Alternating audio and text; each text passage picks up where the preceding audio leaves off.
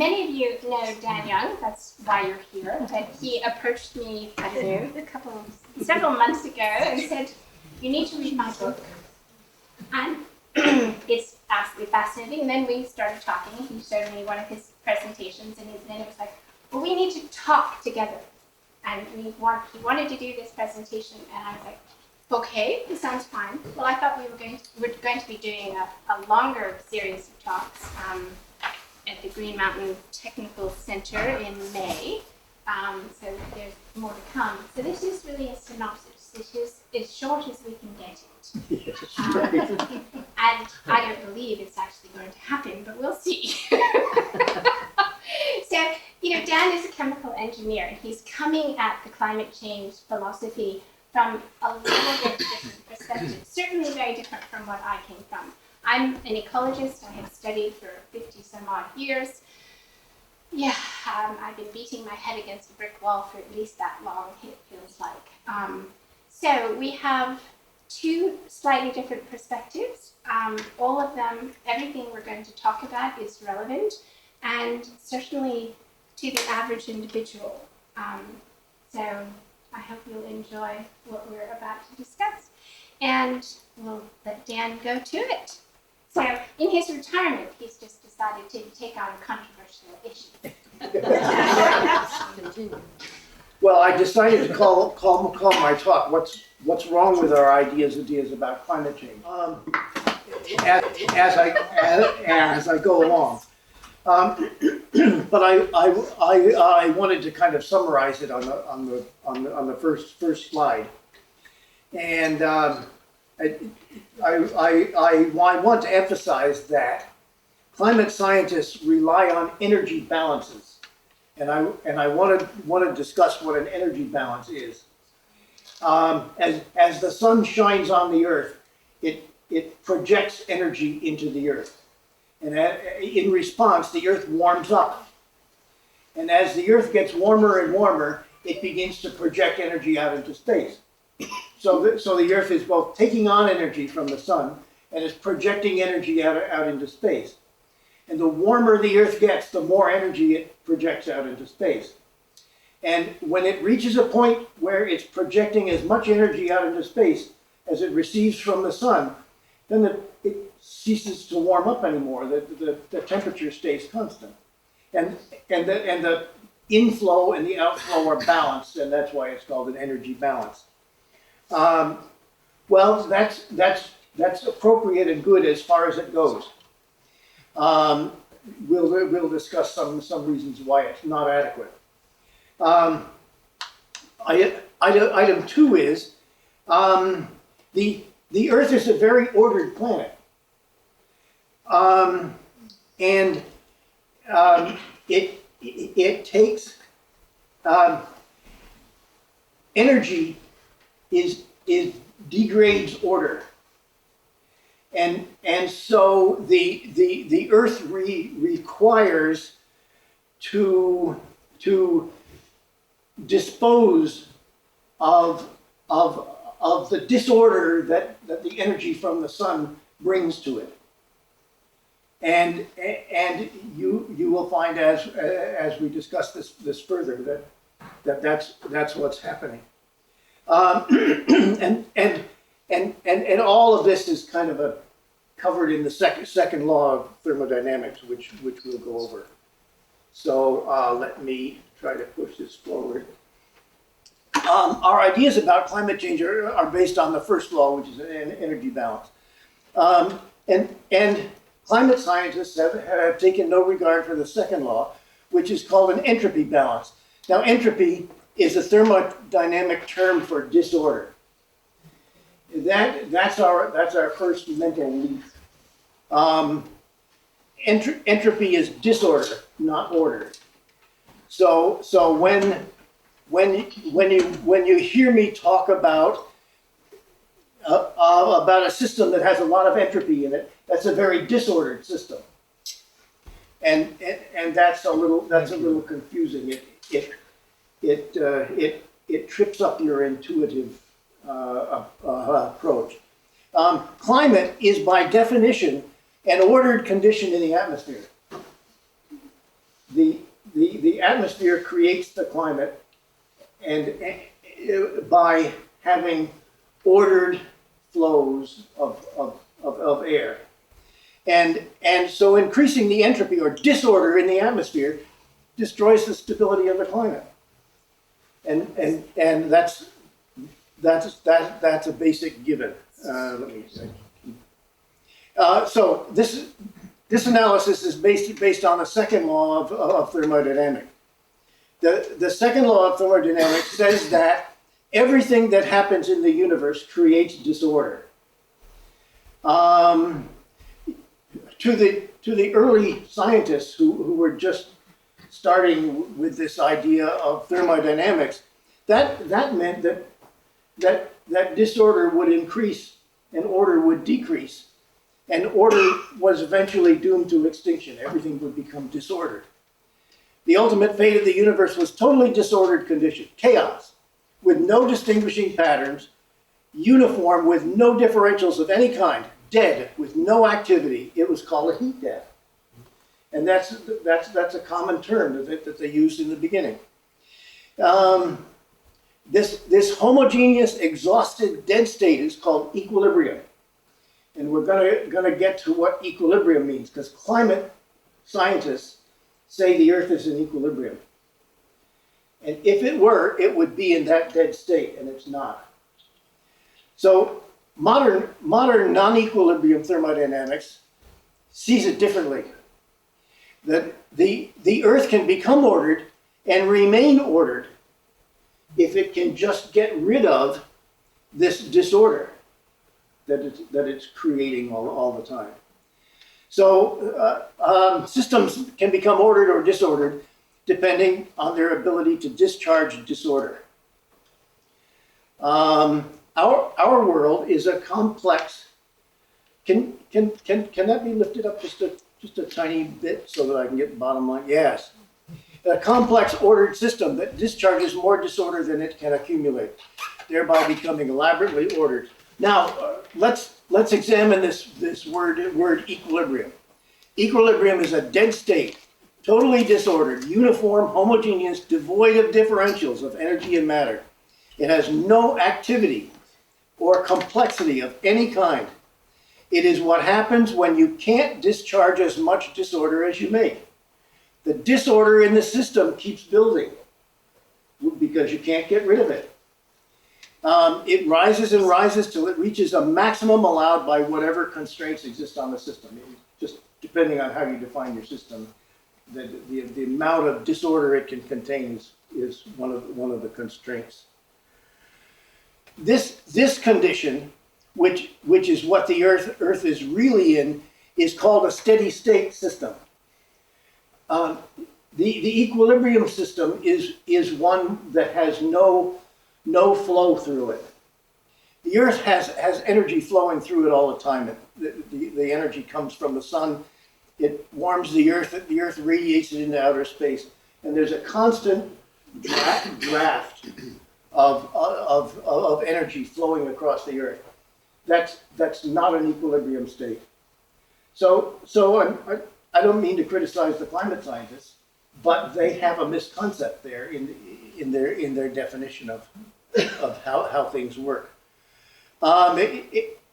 Excuse the automation. I would have turned it off, but there it is. The difference is this, really. Energy flows from the sun to the Earth, and it's coming from a very hot place. As a result, it's very short wavelengths, and this is a very low state of disorder. This is very ordered energy coming into the Earth, and the Earth warms and radiates. You can see the yellow lines at the bottom.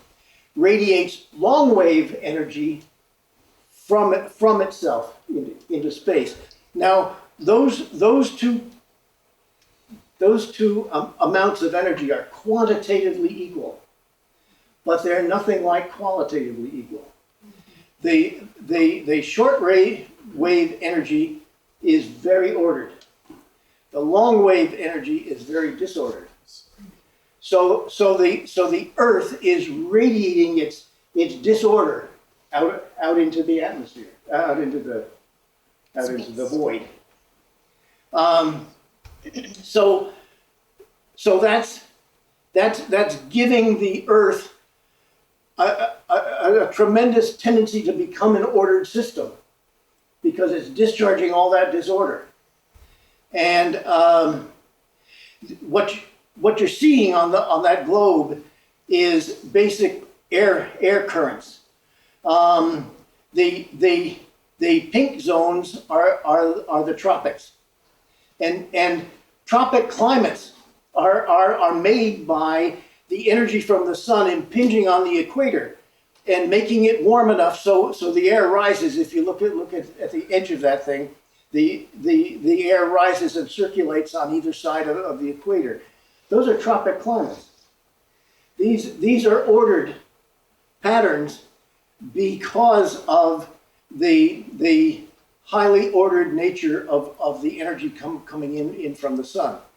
That air loop goes about a third of the way up the globe, and interacting with the atmosphere in the more northern climates, it creates another loop, and those are the temperate zones. Those are temperate climates. So we have two distinct, diverse types of climates, and there's a third zone, a polar climate. These are diverse climate patterns, and they are because the energy coming in from the sun is more ordered than the energy going away from the Earth. So it's discharging a surplus of disorder, which is leaving order behind on the Earth. Let's go on from that. I have to apologize because I'm going to have to do a dump on you. But so thermodynamics is the study of how a system reacts to heat. We've seen that all of a sudden it's not just warming up; it's becoming very active. There are air flows and currents and stuff, and they're making climate patterns, and so it's not just a matter of the energy balance. It's a matter of the order balance. The disorder is getting discharged and leaving the order behind. In thermodynamics, a system is just whatever it is, however you define what you want to study, and it generally has a boundary and it has contents. This diagram down here shows a boundary and contents. That's a typical thermodynamic system. Now, systems are kind of defined by the type of boundary they have. Some boundaries are totally impermeable. Nothing can cross the boundary. That produces what you call an isolated system. The contents have no contact with the rest of the universe. Some boundaries are permeable to energy, but not permeable to matter. That produces what we call a closed system. It contains matter. Matter can't get in and out, but energy can flow through. Some boundaries are permeable to both matter and energy. And I want to get into to what the differences are. Jan, are you open to questions in the middle, or should we wait till the end? Let's wait till the end. Okay. I'm only thinking because Helen comes after me. Okay. Probably by the time I'm about 50% over my time limit, she'll begin to. So this system up here is an isolated system. You can see matter or energy coming in, and it just ricochets off the border and can't get in. And the contents of a system always generate entropy. We just discussed that because that's the second law. Anything that happens generates entropy. So, but the entropy when it's headed toward the border, it ricochets off and comes back. It can't get out.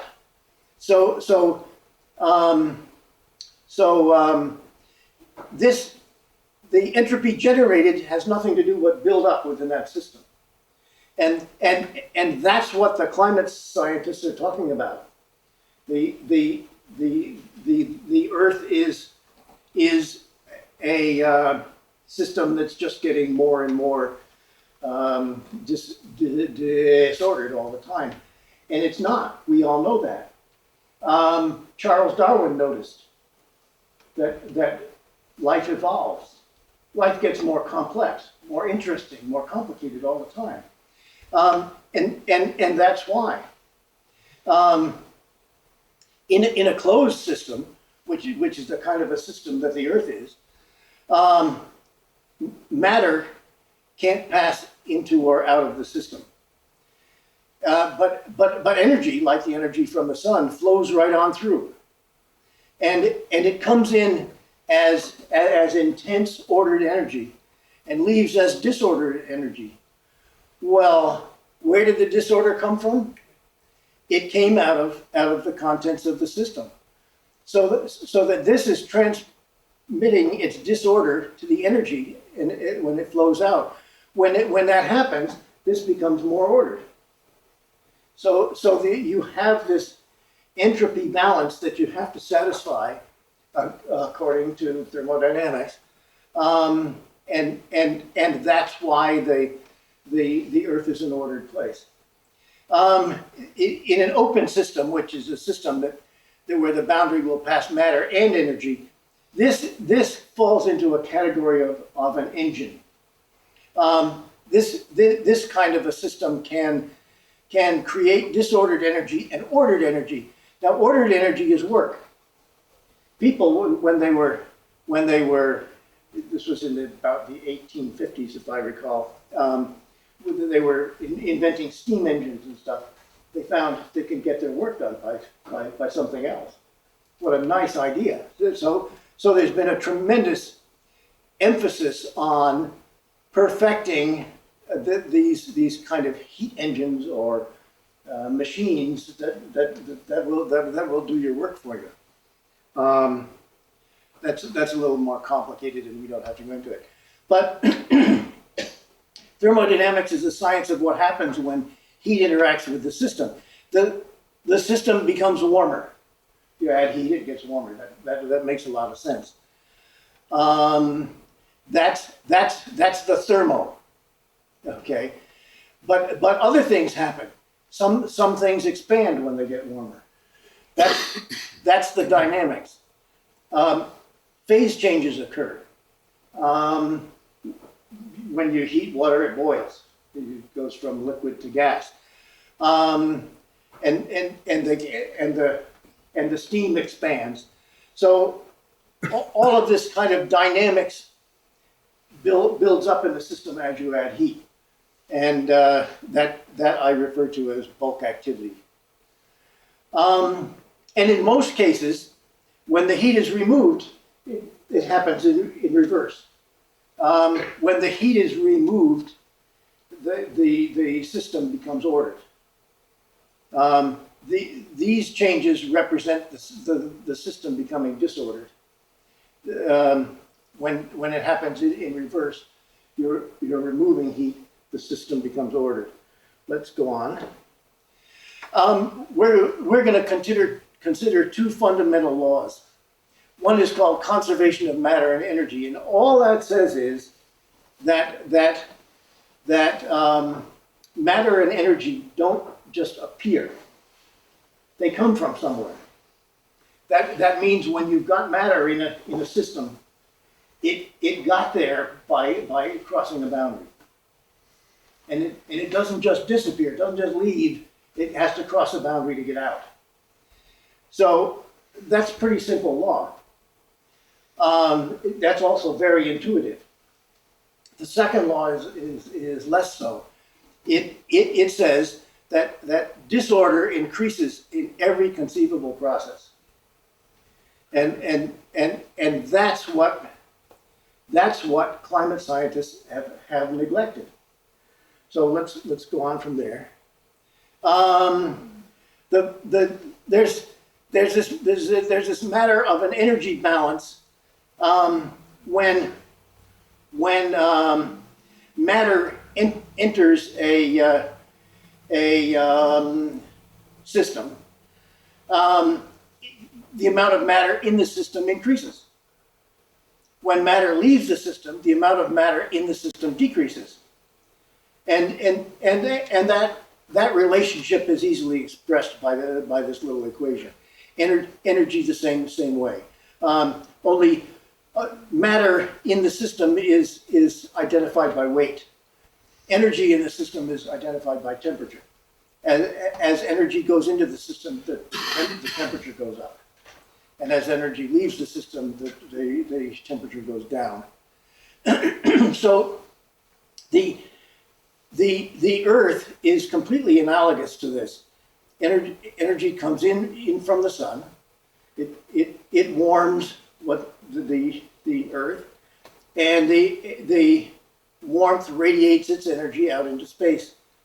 So that is how scientists tell the temperature of the Earth. The Earth gets warmer or cooler in response to that balance. The point of this lecture, if I may call it that, is that there are other things that are important. The second law says that disorder is not conserved. Okay, disorder increases all the time.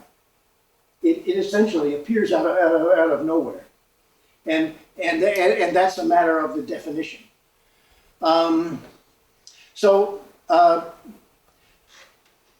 Entropy always increases. Scientists call disorder entropy. Entropy always increases.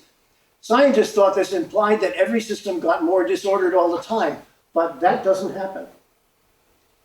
Now, why doesn't it happen? Well, this is a little bit of a repeat. We covered this earlier, but it's worth repeating. Disorder, just like matter and energy, can flow into and out of a system. When it flows out of a system, it leaves the system more ordered. When it flows into a system, it leaves the system more disordered. And that's what happens on the Earth. More entropy flows out than flows in. And so the Earth winds up getting more ordered all the time. Isolated systems, the boundary won't pass anything. So the entropy necessarily builds up in there, because the contents are always generating entropy, and the entropy can't get out. So, but in closed systems, it's entirely different.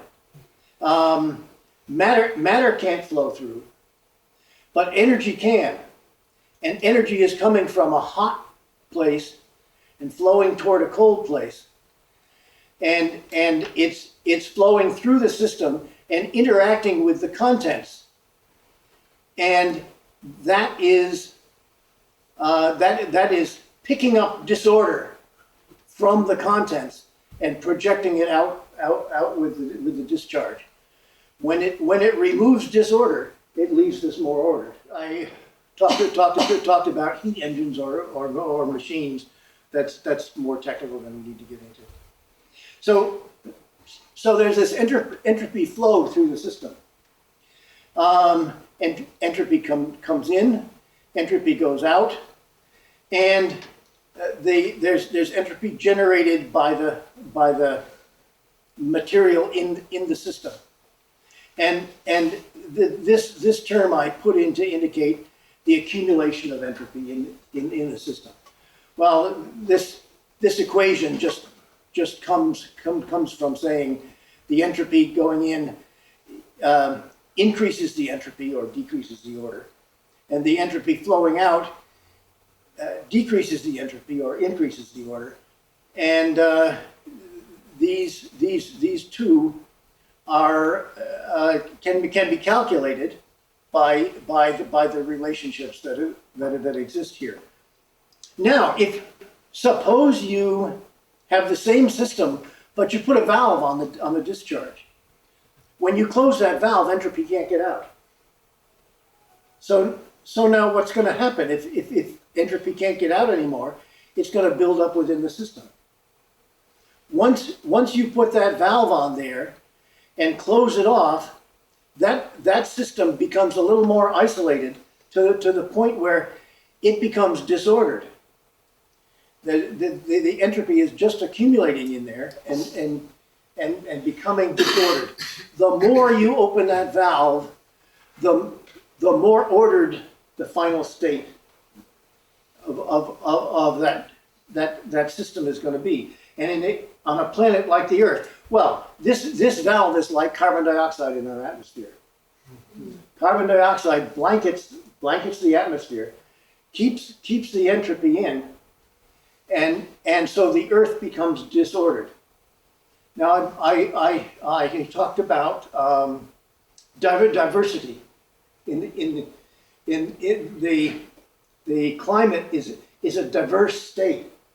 You have tropical climates, and they're different from temperate climates, and they're different from polar climates. That's a diverse situation. But if you put carbon dioxide in the atmosphere, that diversity is going to begin to disappear. It's going to get kind of uniform, and pretty soon you just don't have a diverse climate anymore. In fact, you don't have any climate at all. It just all becomes uniform, and that's why. And it's exactly analogous to Charles Darwin or to an ecological situation where we understand that we're losing species on the Earth. Our biology is becoming uniform. And that's because we're blocking out our entropy discharge, and these systems interact with each other, and you become uniform in a lot of ways. This just tells you mathematically what entropy is. Entropy is the heat content of a system over its temperature. Now, if I take, let's say, the sun going through the Earth system. These are numbers I kind of grabbed out of the books, so don't be counted by them. 240 watts per square meter, and the sun is 5,700 degrees K. Now, when I run that calculation, I find that there are 0.04 watts per square meter per degree Kelvin of entropy entering the Earth from the sun. Down here, that energy coming in is the same, but the Earth is 288 degrees Kelvin. And when I run that calculation, I get 8.33 watts per square meter per degree K. There is 20 times more entropy leaving the Earth than there is coming in. That's a powerful incentive for creating order on the Earth. Okay, how does the Earth create order? Well, one is it creates ordered flow patterns in the oceans. In any huge body of fluids, those flow patterns begin to emerge. These systems begin to circulate, and we all know the Gulf Stream so large bodies of fluid are no longer stationary. They have flow patterns in them because the Earth is discharging entropy. In the atmosphere, we get convection cells. The Earth warms up, and it conveys that energy to the air, and the warm air rises and cools as it rises and spreads out and comes down, and you get this big circulating pattern. That's a very consistent pattern. It happens all over the Earth. And that's happening because the Earth is discharging more entropy than it's bringing in. We get diverse climate patterns for the same reason. Now, those are just fluid flows. In matter, we get, when that warm air rises, we get condensation. That's a tremendous concentration of order in that water. Water has a tremendous amount more order than water vapor does. If it needs to accumulate even more order, it reverts to a solid state. And finally, we get photosynthesis, which is taking carbon dioxide and water vapor and putting them together. Those are two very disordered compounds. Putting them together into sugar, it's essentially glucose, and taking that sugar and polymerizing it into a huge collection of molecules. That biomass, oh, look what I did to my, I'm pushing the wrong button. That creates a tremendously ordered system out of an incredibly disordered situation. There's enough known about this. This is a chart put together by, this is the NASA chart. In fact, I didn't include this, but this is put together by some other scientists.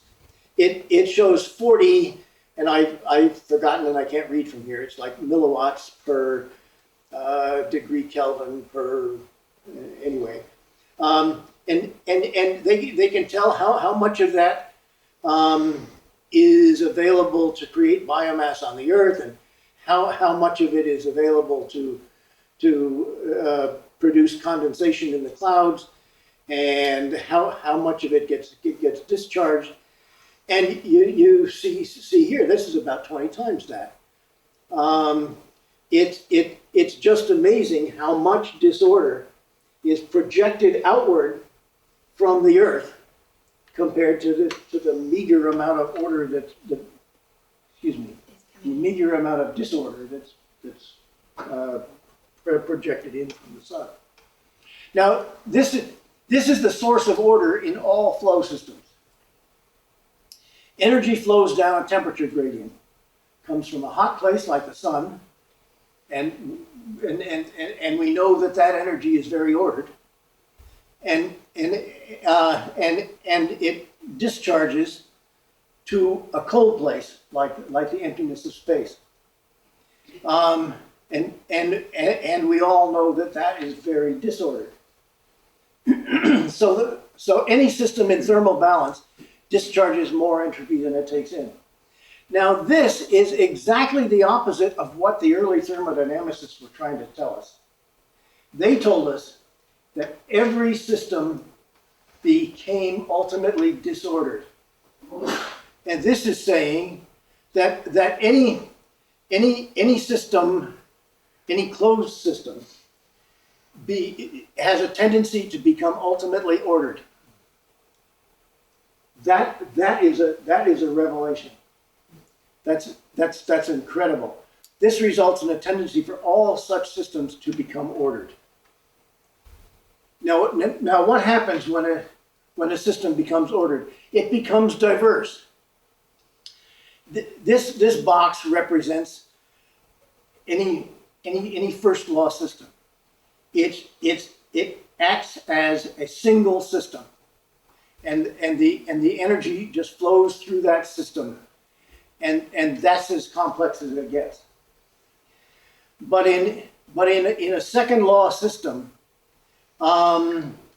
it's sometimes easier to form a second system, so that you've got two systems operating in parallel, or maybe three, or maybe four. That makes the system complex. Now when that happens, and that happens on the Earth. The Earth has a biosphere, a hydrosphere, and an atmosphere, and it has lots more systems. Every recycling of nutrients in the environment is a separate system. And each of these systems disperses the energy from the sun across the surface of the globe, and they're all operating in parallel. Now they pick up energy from the sun and they transfer it to outer space, but they do that in competition with each other. And every pathway is a natural machine. According to the second law of thermodynamics, these machines create order and do work. The atmosphere does it this way. It generates convection cells. The hydrosphere does it this way. It does it through phase changes. The biosphere does it this way. It does it through photosynthesis.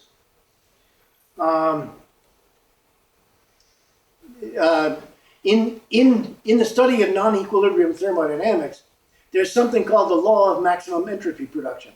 And that means that these systems will operate as rapidly as they can and produce as much entropy as they possibly can. And that means passing as much energy as they possibly can. And so these natural machines compete with each other to soak up energy from the sun, each one using as much energy as it can and leaving the rest to the other systems to handle. Now let's see what that does, because climate scientists don't very adequately tell you, for instance, why, when the climate changes, why we get more violent weather. And this is just so easy, it falls right out of this. When you have these three systems operating in parallel like this, the amount of order in each system determines how rapidly the system can produce entropy. So if you have a biosphere that's a very ordered system, it can produce entropy very rapidly. But if you send a forester into the forest, and he cuts down half the forest, you don't have that ability to transfer that energy anymore.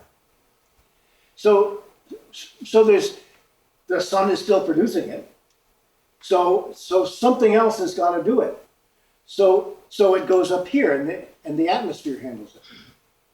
Well, when you give the atmosphere more energy to transfer, the only way it can handle it is to become more violent. So the biosphere lends its energy to the atmosphere, and the atmosphere becomes more violent. At the same time, we're taking the hydrosphere, we're paving paradise and putting up a parking lot, and all of that functioning is going up here as well. So we've crippled these two machines and added their energy to this one, and then we're sitting back and saying, why is that one getting violent on us? Well, the reason is that we've taken all that energy and dumped it into that one.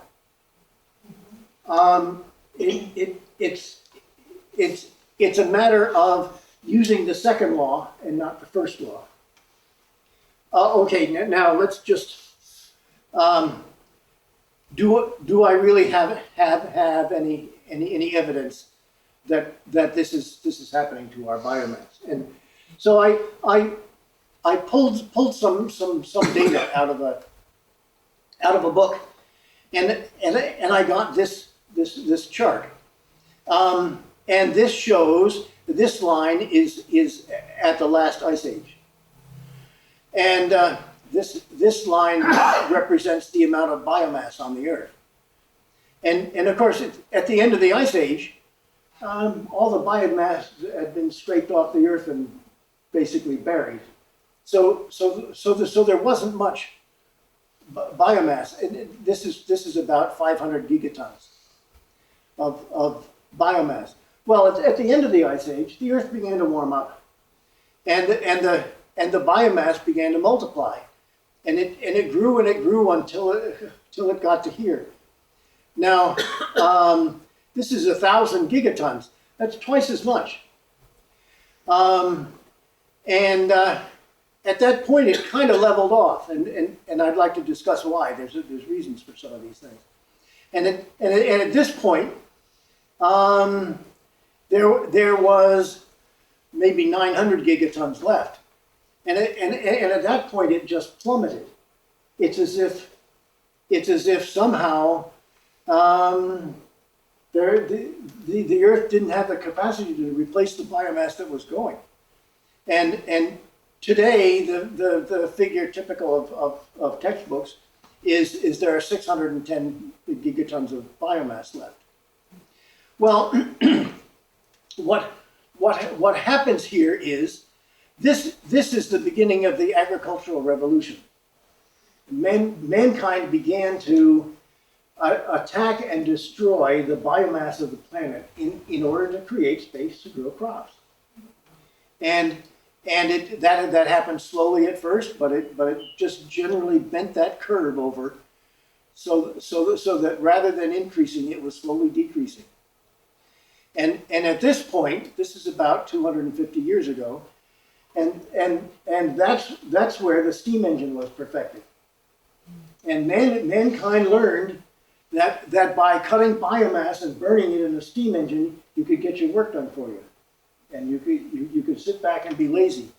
And the demand for biomass fuels at that point got to be so great that the Earth can't keep up. And it's plummeting, and it hasn't stopped yet. So what I find very interesting is this point and this point are very, very close to the same level of biomass. And at this point, we're experiencing global warming. Well, what happened over here? It was the end of the Ice Age, and the globe warmed up. I don't have the evidence that says that it happened for the same reasons, but I think that it's a pretty good indicator that the same things were happening there that are happening here.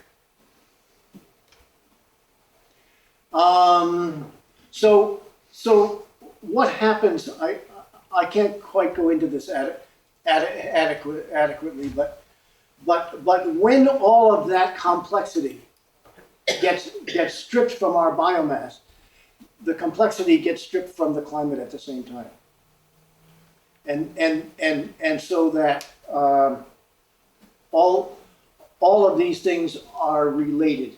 There's such a thing called equipartition of energy. And it's that systems related to each other kind of interact to have the same energy concentration. And the same is true of entropy. That if I simplify the biomass too much, it'll start taking the entropy out of the climate. So here's two different mechanisms of climate change. When you take the entropy out of the climate, it does this. There essentially is no dynamics left in the climate, and so your climate just kind of disappears.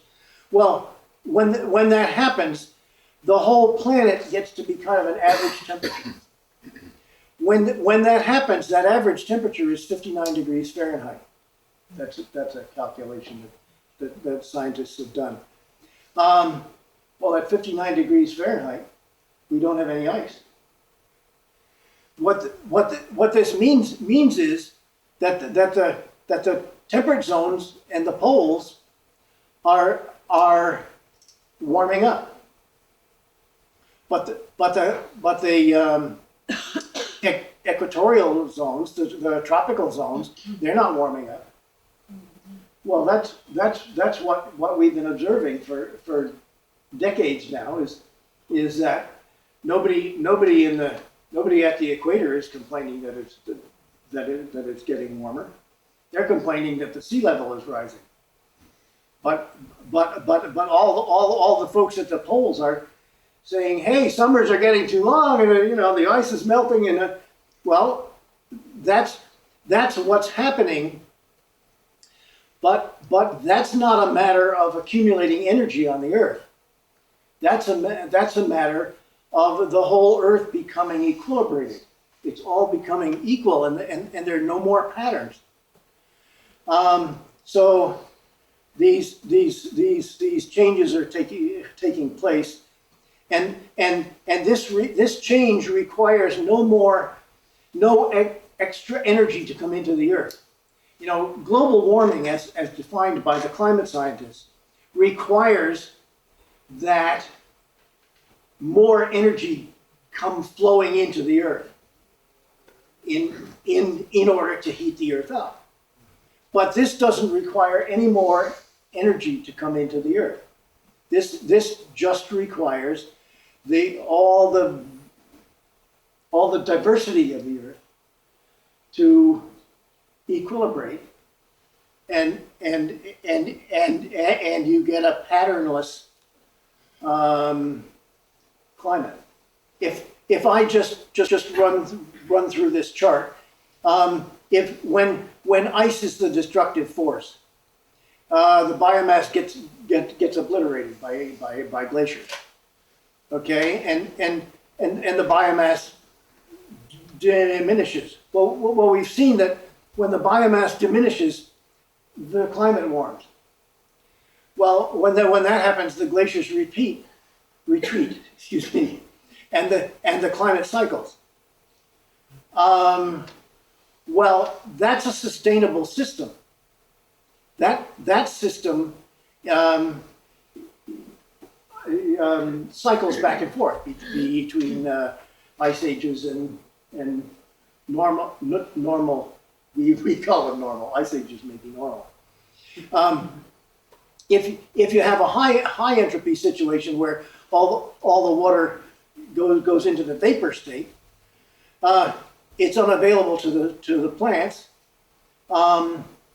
Deserts expand. The biomass diminishes because the water is not available, and so because the biomass diminishes, the climate warms. Deserts expand some more. This results in continuous accelerating warming. That's not sustainable. When the destructive factor is mankind, you get a situation that's very, very similar to that. And really, we were better off with the ice ages. So the global warming system is when the whole Earth is operating as a single system, not complex, but it requires that the sun. There was a guy named Milankovitch who analyzed all the energy that came into the Earth, and he found it to be somewhat cyclic, and the glacial periods kind of coincided with the periods of low energy in input. Well, this is a Milankovitch system. This system is a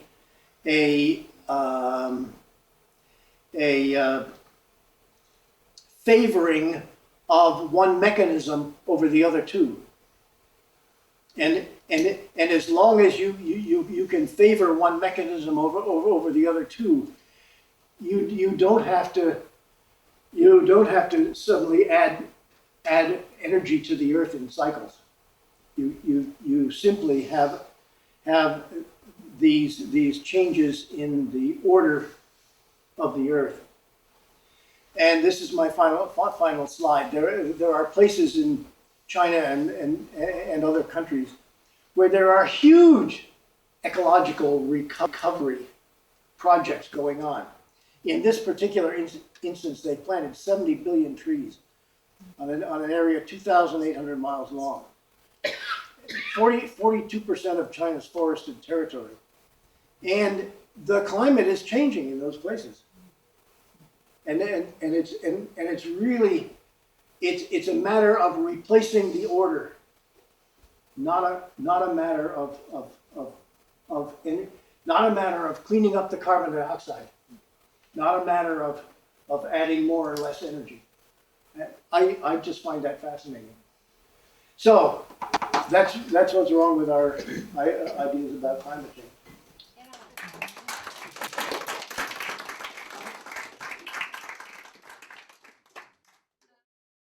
All right, so what does all that science that you've just had really mean? How does it relate to you?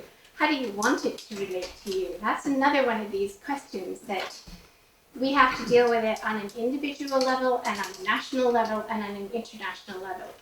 This is climate change. It's not weather.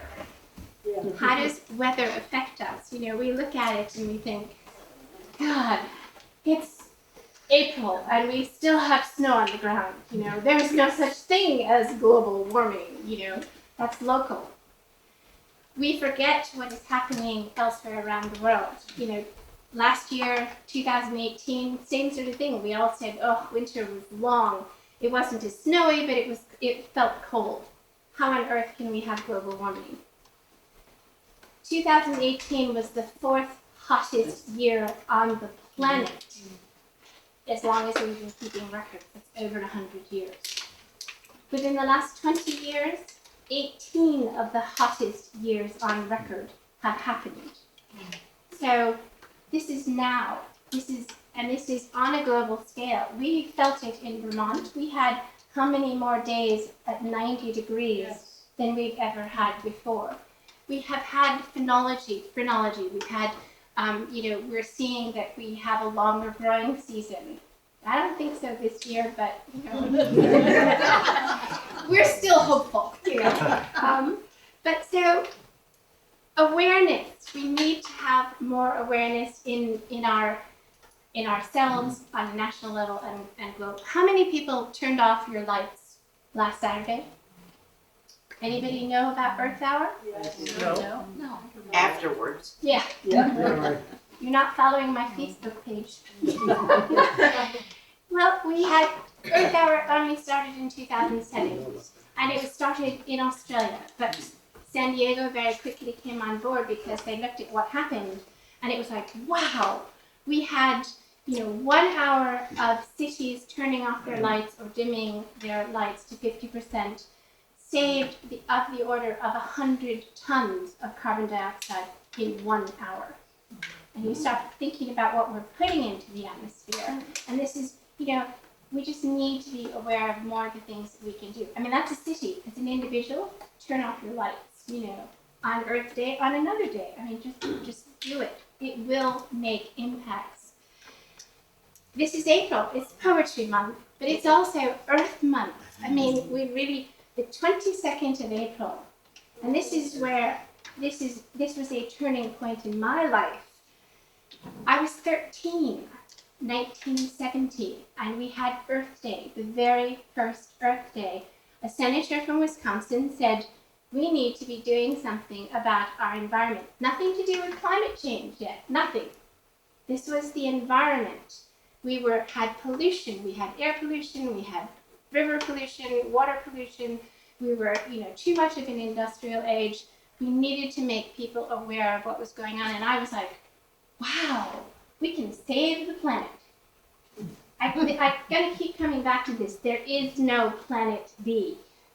So we need to be well aware of what we're doing to our own planet. And it's just, 50 years, I'm despairing. It's cold, therefore there is no global warming. We're still in that phase. we have these laws of thermodynamics. 50 years ago, we were starting the concept of ecology. This is all new science. So, we were applying it to systems that we didn't even understand. I mean, I started off in science doing basic research. And of course, things just stopped getting funding because we don't need basic research in environment, in medical field, etc. Well, that all impacts what we know and how we know it and when we know it, and therefore how we can apply it. But we have been steadily building up over these years. So 50 years ago, we didn't really understand a lot of what we're dealing with in terrestrial science, even less in marine science. 20 years ago, we had no idea how climate change was going to actually affect economic basis of things.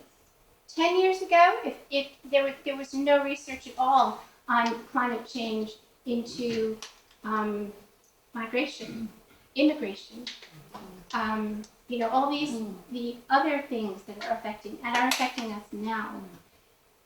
Are we going to wait for yet more research?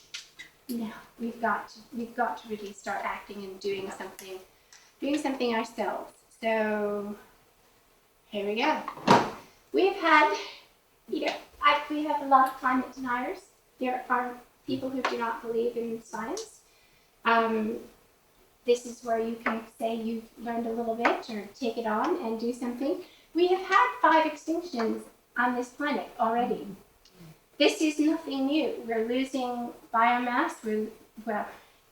One of the things to me is that we're losing it because it's human origin. It's not the natural system that we would be dealing with. This is human caused. A lot of people will tell you, well, this was going to happen anyway. Well, an element of it would happen anyway, but it wouldn't be happening A, as fast, increased rate, or B, with the devastation.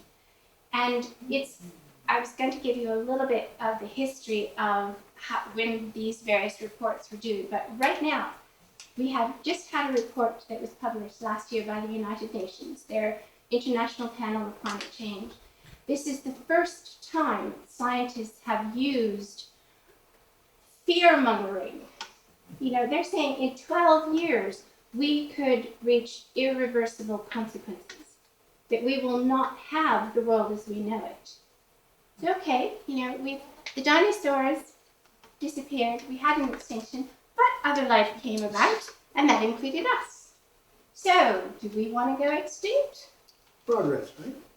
Yeah, increased order would be not to be have humans on the planet. You want to be part of that?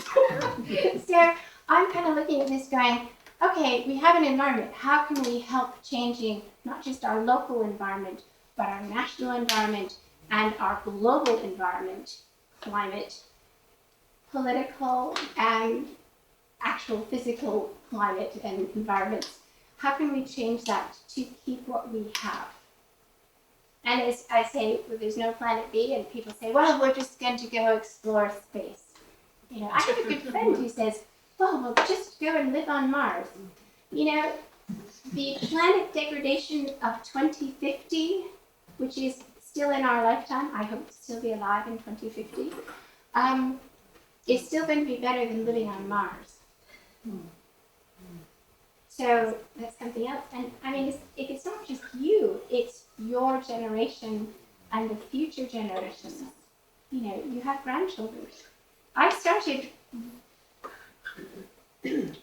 was very much into getting the basic science. We needed to know the facts. Then we could apply the facts. And then that would change the laws and the Congress, all what we had to do to make fossil fuel kind of go away. Well, none of that happened. So, and we had a lot of scientists who were very careful about what they said because you were taken to task if you were an alarmist. But, we've passed that point of no return for many of the scientists, partly because of this. Because we are losing facts. Facts suddenly are fake news. I'm sorry. I spent my life doing science. And we have got to understand what is real and what is not. And we need to, each of us individually, make informed decisions and then collectively work at it. And not just as a community, but as a nation, and then as a national nation, international nations. And the United Nations has been working towards this. I mean, I was also, when I was in Europe, we worked very hard to get presence of different countries at the first meetings, the Rio meetings. Then it was Kyoto. And then all of these, we're trying to get to the next phase of stopping the amount of carbon that is in the atmosphere. So, I mean, okay, 1990, but there was a previous one before that. We've still had 2 since then. But you can see we've been losing the Earth all through it. The concentrations went up. I mean, when I started, it was, let's go back. The initial, for 800,000 years, we have had 300 parts per million CO2 in the atmosphere. That's what we worked with. All the entropy, all the energy, increased, cycled, ordered, increased, ordered, evolution, wonderful systems working on the planet. We threw in the Industrial Revolution. We lost biomass, but we also threw in the Industrial Revolution. We're starting to cascade effects within the environment. And we had no idea how they were going to cascade either. When we increased the parts per million to 350, that was in the late 1900s, before Kyoto anyway. And Bill McKibben, wrote a book and put it out there, The End of Nature. There's one of these down here. And then a little bit later, he made an organization with his Middlebury College students, 350. We were already at 385 parts per million CO2 at that point, but he said 350 was a danger point that we needed to get back to. Well, we're now, today, at 411. We haven't stopped anywhere. I look at these and all the events that I participated in, the science that I've been working on, the science that all my friends have been working on, the politics that we have had to enter because of this. None of us wanted to go into politics, but we have to, because so much is at stake. So here we go. And I would like to talk a little bit about some of these. But this is one of the perceptions that we have. The weather's crazy. Well, it has nothing to do with the weather and the climate. It's what we are actually doing to the environment. And there are so many different things that we need to address, because all of this has consequence. I mean, you cut down a tree in your yard and it has consequence. Please plant 2. There are different things. Turning off the faucet, it's important. There's just such a variety that if we get past the weather and start going into what's going to happen. Welcome to Alaska. We increase these temperatures. He was talking about the polar region is going to be affected more, and the temperate region and the polar region are going to be much. This is what's going to happen. We're going to lose coastline. We're going to increase sea level. Increased CO2, increased temperatures are escalating what's happening around the world. This is by 2030. We're saying, welcome to Glacier National Ocean. The glaciers are almost gone in this particular park already. You look around the rest of the world, and it's astonishing what has disappeared in the last 15 years. I have a lovely expert right here who can comment on that. So, and it wasn't just, the temperature. It wasn't just this. It's not me, it's you. Energy coming in. It's really mankind that, to me, is driving what we're having. It's They have put the faucet off.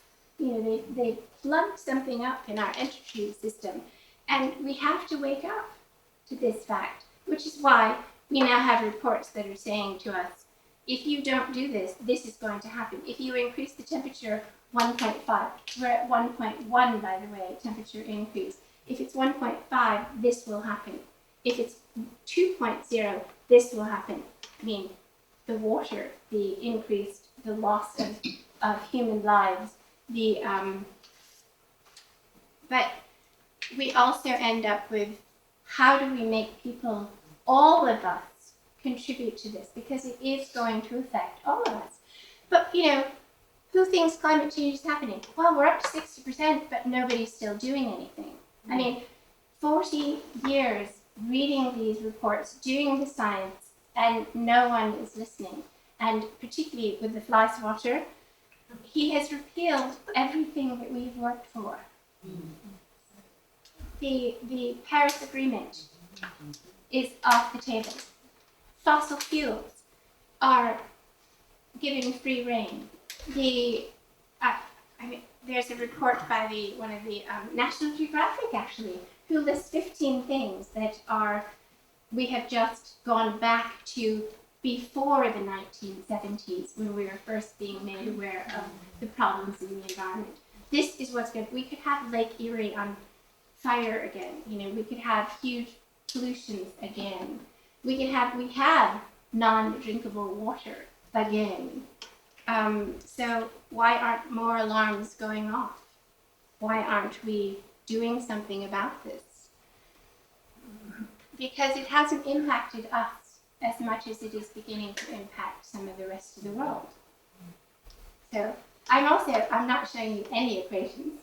I saw, and I can do this. I have lots of data, lots of slides, but the idea was to give you something that will impact you, that you can take home, that you can talk about it. And this is out there. I just pulled these off. I went, well, what do I want to talk about? Yeah, this is something. It's not just temperature, carbon dioxide. It's things we never understood within the science. Acidity of the oceans is increasing. We had 10 years when we were looking at terrestrial ecosystems that it looked like the oceans were actually going to absorb carbon dioxide, and they did. But that in itself created a problem we had no idea about. Because the science of oceans, we didn't have enough people studying it, particularly around the world, and it was like, suddenly they turned around. Oh, see, there's my 16 minutes, and I'm only halfway through. Okay, right. And it's a desperate message. And we have lost the Great Barrier Reef. 60% of that is in serious trouble right now. They've estimated half a degree more, and it is gone. Half a degree in temperature. And because we did not know the science. So how can you predict what's going to happen if you don't understand the science itself? But you have to pay attention to the science. The bad news is you've got advanced staged humans. The really bad news is, the Earth is still going to be here, but we won't. Humans, as we know it, cannot survive in the temperatures that could happen as soon as 2100.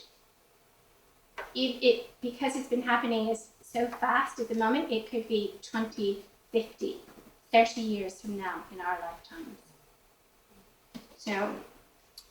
So there are all these, I've had a couple of people who have said, I don't know anybody who works in climate change who is not seriously depressed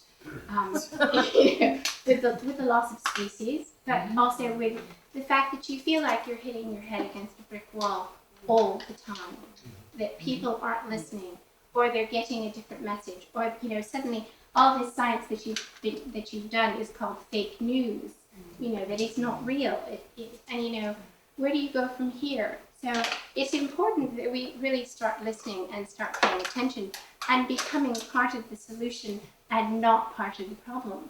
And to do that, we all have to do something. And there were some other wonderful things. I mean, I can give you all the facts and figures about the 4-foot to 8-foot increase in sea rise and how many millions of people that will displace. And I mean, it's something of the order of 13.5 million people in the United States, most of which is in Florida. But it's also, it's not just Florida, it's like Delaware.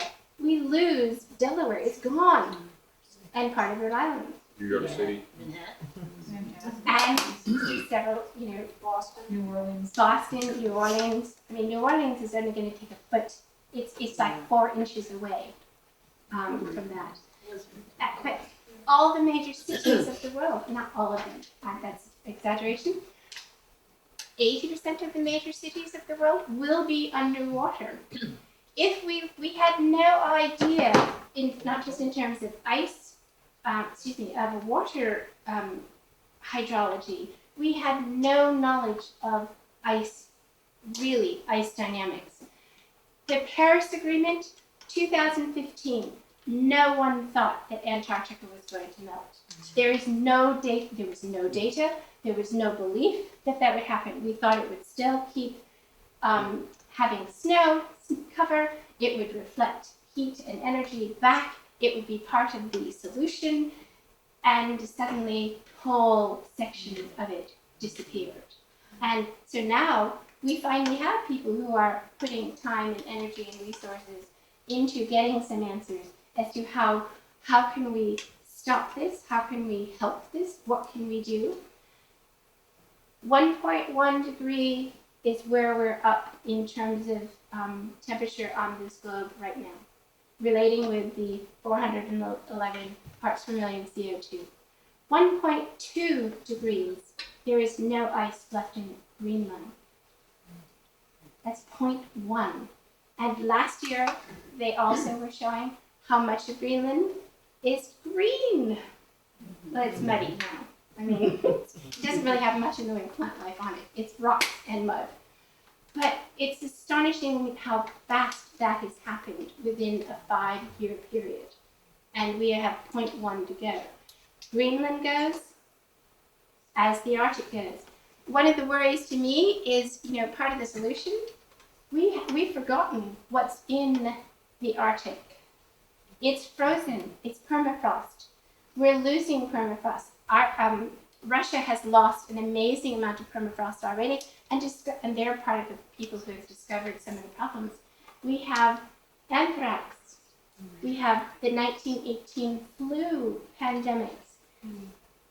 Smallpox, I'm trying to think of some of the other ones that are in the soil and are being released. Now, most of them are going to die upon release into the atmosphere, we hope. What happens if we get a mutant strain? But they're in this, something we have to think about as part of the solution as well. And it just gets scarier to me. Remember, there is no planet B. So the last time we had 500 parts per million CO2 was 16 million years ago, before the last glaciation. Well, during it. It was also 5 to 8 degrees warmer, depending upon what we know. We had 130-foot sea rise from where we are now. What happens if we have any of that happen again? I mean, if Antarctica goes, that is 200 feet of sea level if we melt Antarctica. There's nothing left. We're down to like 25% of land mass at that point. And by the way, how many billion people do we have? Where are they going? So, I mean, this is what I am so proud of this 16-year-old Swedish girl who is standing up in front and going, take notice. And she's succeeding. So, I mean, we need a lot more of that type of thing to happen. We need people to listen, and we need things to happen. There were a couple of facts that I just wanted to end with. There is no planet B. I have at least 10 more slides. But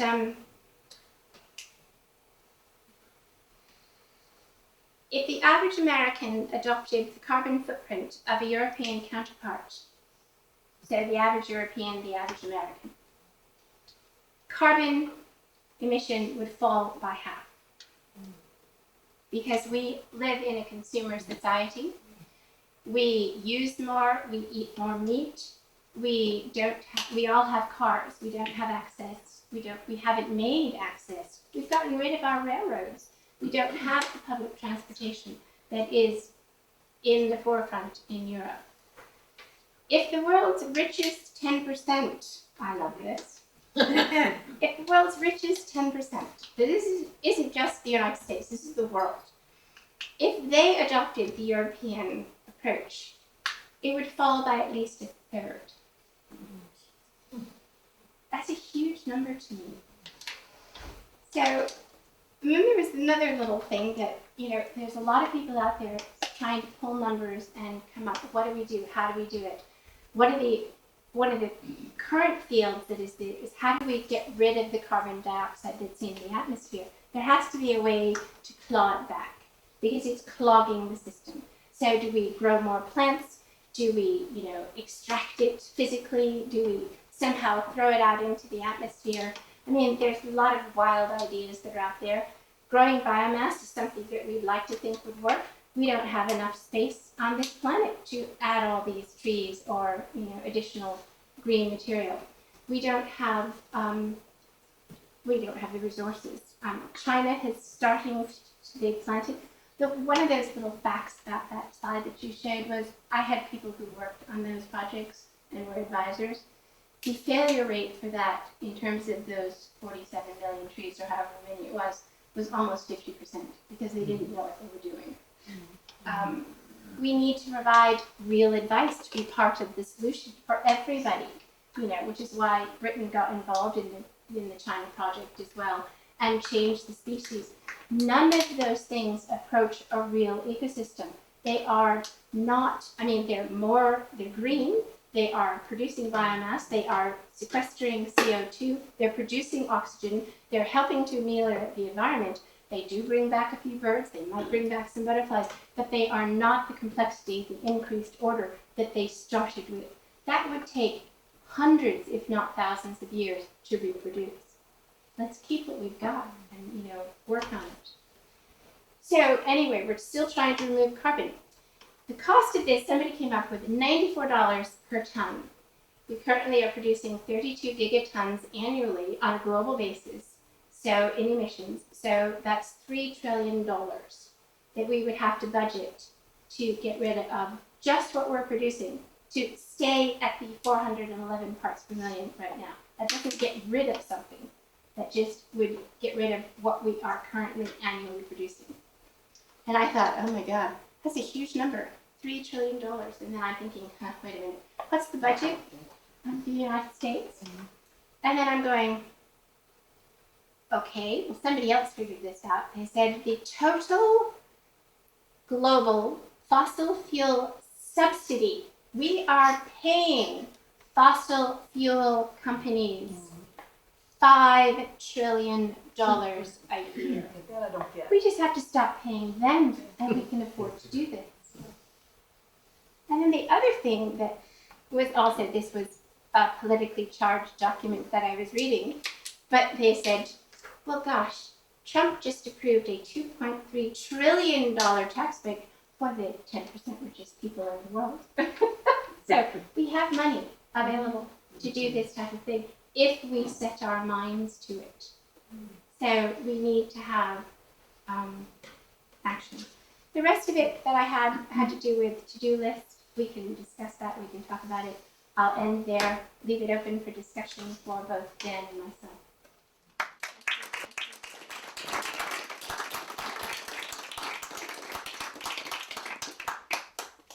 I am, of course, preaching to the converted, right?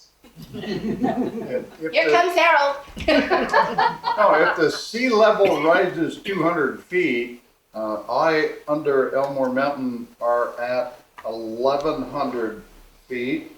I have property available for sale. You can move from Florida. There's a lot of people who say, I'm going to have seafront property, but yeah. the climate's going to be a little different, you know. I mean, that's the other thing about this is that, you know, you increase sea level, you increase temperatures. Where is your food going to be produced? Not in America. And the other thing about the increased temperatures is that they were talking about every increase in temperature, the average corn crop and the average wheat crop lose about 50% of their nutrition value the hotter the temperatures. So you're going to have the same amount or less, and it's going to be less, and you've got more people to feed on a less nutritious basis. It's, I mean, these things are snowballing and cascading, and it's trouble no matter how you look at it. Also, Elmore Mountain is going to be very, very crowded. Yeah. Very kind. All right, we have a question. It's a little hard to know how individuals can make big differences. And then, you know, you have to think about all the cultures and countries that are just now starting to come into their wanting. Well, that was one of the things that the Paris Agreement was supposed to be very interested in taking on board, was that we as the developed countries were going to help the developing countries. I mean, that was part of Kyoto as well, but we're supposed to somehow get them to agree to not follow our example, you know. And I mean, I sat down with the Brazilian president 25 years ago, and he said, "You had your shot at it, I'm taking mine," you know, and they just will not listen. And okay, but now they're in a huge mess in the Amazon because of that. And so are we, because we've lost that lung that was providing us with a heck of a lot, and it's going to take so much longer to get that environment back than we even have any idea. But you know, there are other ways. Individuals, the more individuals that are doing these things, you know, you can reduce water consumption, you can reduce your carbon footprint. They do add up. And I mean, I like to think that I am making an individual effort. I mean, I'm doing what I can. And I'm becoming more conscious about it. I mean, I've been doing this since Earth Day. When I was 13, we would drive, you know, you never did one errand. You had to do 5 errands, you know, all at once, you know, that sort of thing. But, you know, some people also, I mean, Greta, 16 years old, and she has informed her, well, she convinced her parents to become vegan. That's huge. I mean, if half of the people in this room went vegan, that is huge. The amount of CO2 and methane that is no longer going into the environment because of cattle production, because you've put that aside. That's so much more that could go into growing something. And cattle production is, it's an enormous amount that's contributing to carbon dioxide in the atmosphere in this country, but also in Brazil and Argentina and other places that produce a lot of cattle.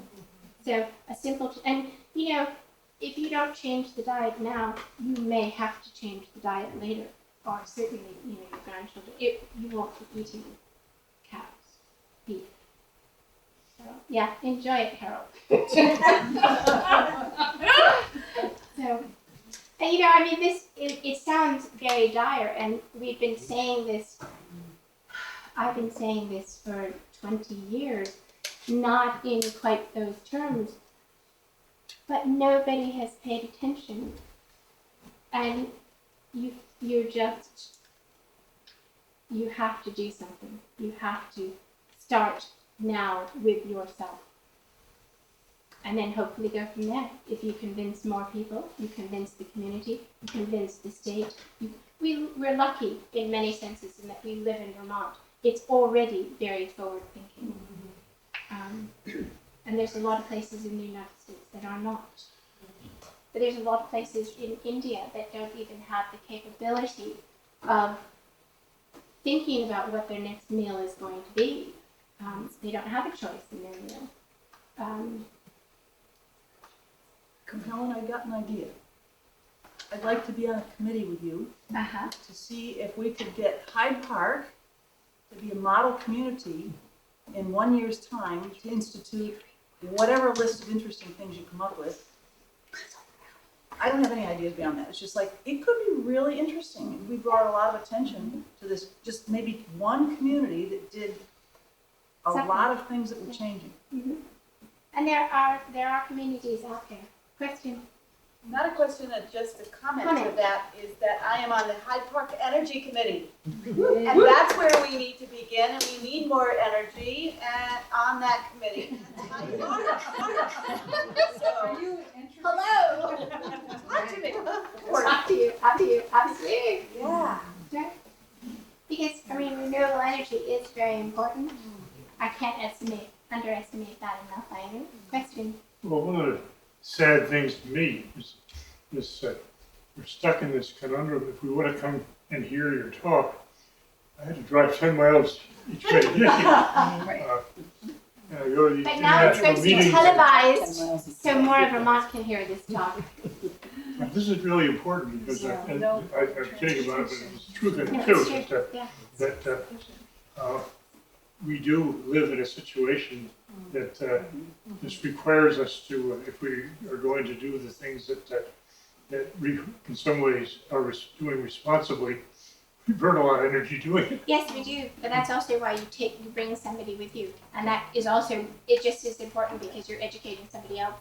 But you're also not just educating, you're doing a social event, which is also very important in all of these answers, is you have to involve as many people as possible.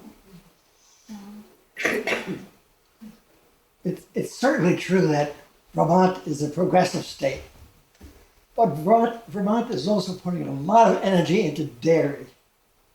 How does that balance? Well, dairy hasn't had a lot of energy into it in a long time Well, compared to what it was. Well, I mean, there is one of the reasons there is some energy going into dairy is because we value the pastoral landscape of Vermont. That also increases our tourist dollars. We need to have green, we need to have some open spaces. It can't just be trees because that's part of what brings the tourists into, and the money and our livelihoods and the reason we can still live here. And good So- cheese. And cheese. Yes, and cheese. well, I'm not going to accept that because just NPR just recently did a program on supporting the dairy industry and how Vermont needs to support the dairy industry more, and everybody's on board with that. Now, I don't know how that jives with. It jives in many different ways. A, because of the landscape. B, because you are preserving a way of life. What about all that methane that the cows are producing? Well, it's such a small component of the, it's not huge compared, the methane from most cattle is actually in those, Lots. big lots, yes. In the Yeah. Midwest. and Where stuff. they are just force-fed, not force-fed, because they'll eat it anyway, the grain, etc. They go to put on the fat in Nebraska and Kansas and Texas and some of the other states.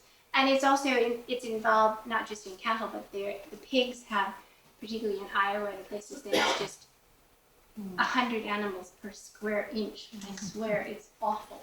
That is the type of environment that doesn't work well for animals. The Vermont dairy industry is by and large looking after their cows on a much more pastoral level. It's providing income to people in Vermont, keeping families in Vermont, which is also important. What happens if you lose the the dairy industry in Vermont? Well, what you're saying is we've got to not do everything we possibly could do. We can't do everything. That is never going to happen. We have to make priorities. We have to decide what is important locally. I don't think we need to deal with dairy here, whereas we need to deal with cows in Kansas and in the United States, in those meat factories. So the solution to pollution is dilution again. Or just simply stop. That's what I'm saying. I think we should do away with the Christmas decorations. Well, one of my philosophies, starting years and years and years ago, was to buy nothing that was plastic. No, I'm talking about the lights that we stream across the road every year. Yes. Well, no. headwinds. But that is light pollution too, and I mean that is something that could very well be.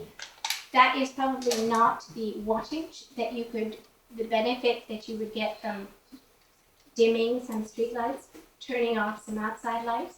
But there are other problems with turning lights off too. Is that crime increases dramatically.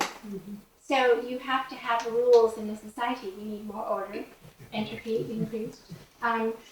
You know, I had a farm. I lived on the top of the hill, and right below me, at one place, was an enormous car dealership. The lights went on, and it was just as much light pollution as you could imagine. It was awful. And we talked to him about it, and he turned the lights off, he dimmed them down, and every time he did it, there was increased vandalism and, you know, car theft in his lot. What does that say? So it was an insurance policy for him to turn it up. But that's the type of thing that we have to somehow deal with and find another solution, because we really need those lights off. We need those lights off for a lot of reasons. Or we change them all to, it would help if we change them all to LEDs or less energy or more energy efficient. Or the lights go on to Solar power. solar power. Exactly. You know, there are other options. President. So all the solar power farms across Vermont and across the United States, that's killing off all the biomass and the opportunity of foliage and grass being grown underneath them because it doesn't grow. Is it worth it? Does that outweigh what you're losing in biomass? Also the materials it takes to make. Many of the places those are being, do you want to answer that? If it's on top of a roof, like on in the airport, I would much if it's rather on have them top of on their the parking roofs. garage, great, but if it's Oh, yeah, acres I and think- acres like you see on Yeah. 91, it's sad. I think putting solar panels on an active, productive ecosystem is very questionable practice. On the other hand, I've seen data. There are obviously places where it's beneficial.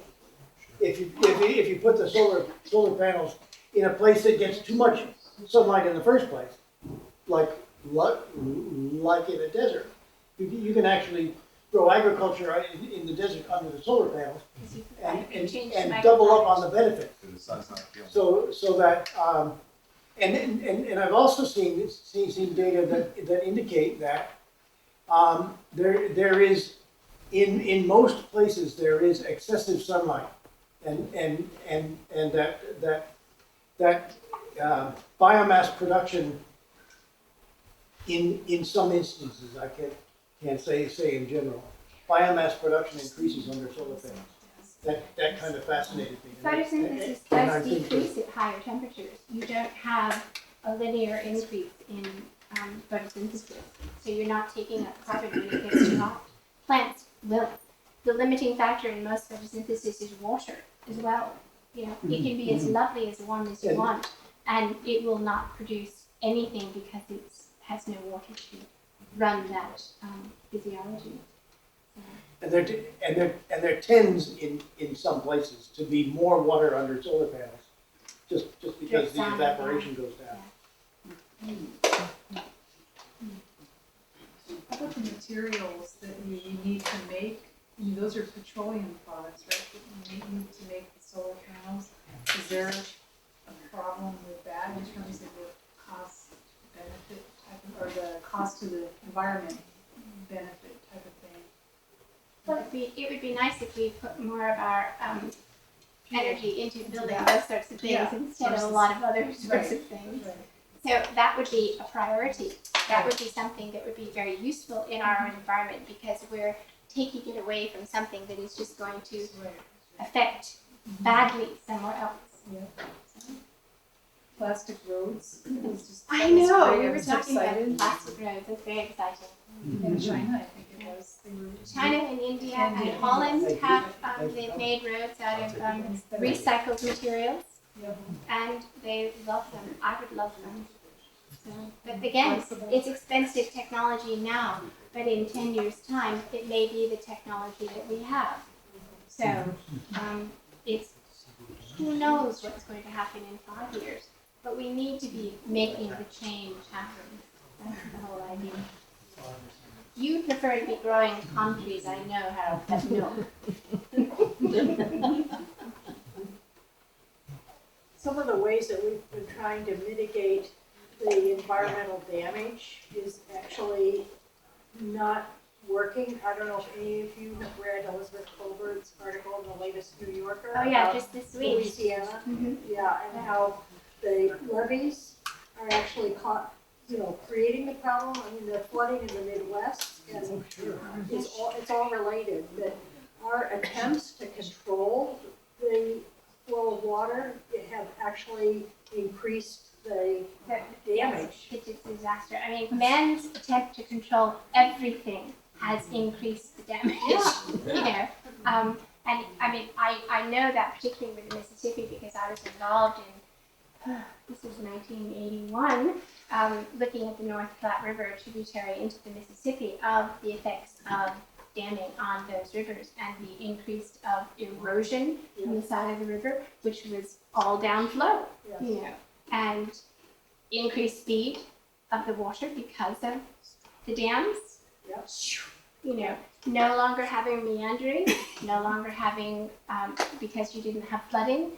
Well, now you have major flooding in all the places that you don't want it, but because you didn't have flooding, your fields that were the agricultural crops no longer had all the extra nutrients. So then you were dependent on petroleum products to put on your field, which is an increased cost. And then you're, you know, I mean, it's escalated or cascaded into real problems with the environment. This is that hydrosphere, the box that I have there, the biosphere and the atmosphere and the hydrosphere.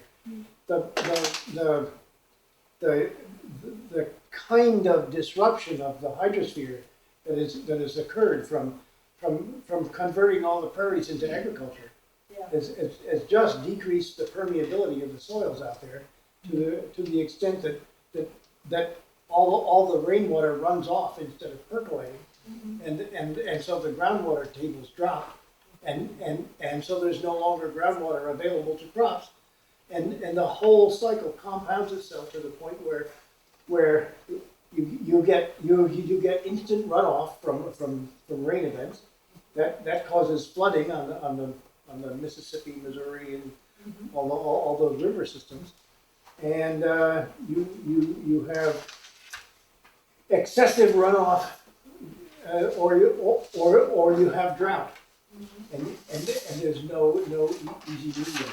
Nothing in between. Yeah. Permaculture is something that people are trying. Are you familiar with that? I like permaculture. Yeah. I'm a permaculture advocate, not a practitioner, but an advocate. Well, there's lots of things that are being tried on individual levels too. You know, London has decided that they are going to, the city of London has less than, it's like 9% green space. And so they've got a lot of projects now to green up the space, but putting not just useful plants, but crop plants, so people could eat something. I mean, I'm not sure I want to with the pollution that's in the city, but you know, there might be that sort of option available in many other cities. You just, whatever space you've got, you grow something somehow. There are Hydroponics. there are portions of Seattle that are like that too. Vertical walls that are just covered with vines and ivy and whatever growing on them, because it's attractive and it photosynthesizes and it. Well, some of the cities are also using that as a way of having a carbon sink. So, you know, if they have other things that are causing, if they have their lights on, they're balancing it by having these green structures, and they're doing what they can. The planning stages now require that you have X amount of green space for every housing development that you put in. There's a lot of things like that we're just doing now. So, but it's not going to feed everybody. It's not going to even improve our air quality that much. We have to physically do that ourselves by getting these companies under control. This was fascinating. Thank you so much. Very interesting. Oh, I could talk to